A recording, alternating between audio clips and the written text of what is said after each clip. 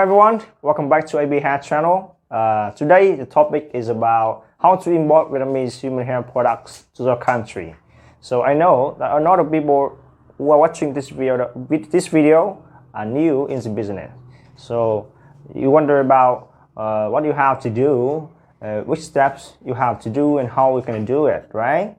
So this video will address you about these issues, and so that you can have very transparent, very clear view of what you have to do from the very beginning of the process to the end.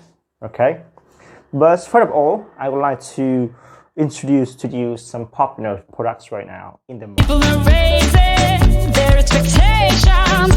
Go and feed them. This is your moment, no hesitation. Today's your day. I feel it.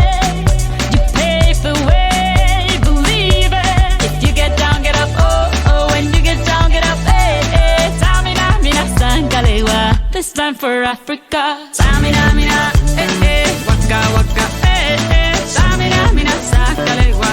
Anawa, ah, ah. Tamina, mina, hey, hey. Waka, waka, hey, hey. Tamina, mina, sangalewa. This time for Africa.